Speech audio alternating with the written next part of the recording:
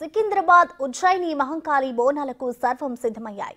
ఆలయంలో బోనాల కోసం అన్ని ఏర్పాట్లు చేస్తున్నారు అధికారులు. భక్తులకు ఎలాంటి ఇబ్బందులు కలగకుండా అన్ని చర్యలు చేపట్టారు.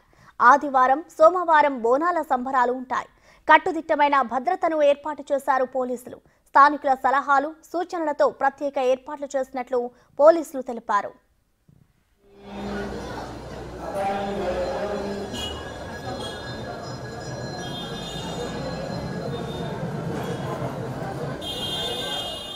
ఈసారి అమ్మవారి దర్శనానికి వచ్చే భక్తులకు 6 క్యూలు ఏర్పాటు చేసినట్లు పోలీసులు తెలిపారు.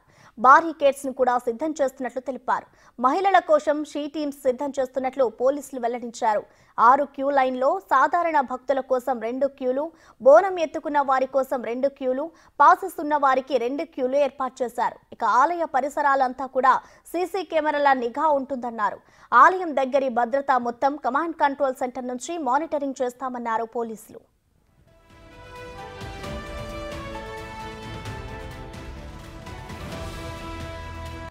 భక్తులకు ఇబ్బంది లేకుండా ఈసారి ప్రసాద కౌంటర్లు కూడా ఎక్కువ ఏర్పాటు చేశారు.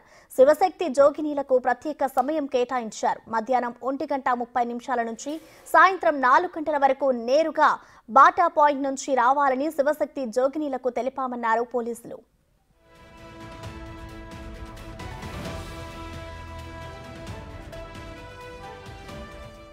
ఎలాంటి అవాంఛనీయ ఘటనలు జరగకుండా అనుక్షణం పోలీసులు పహారా కొనసాగుతుందన్నారు.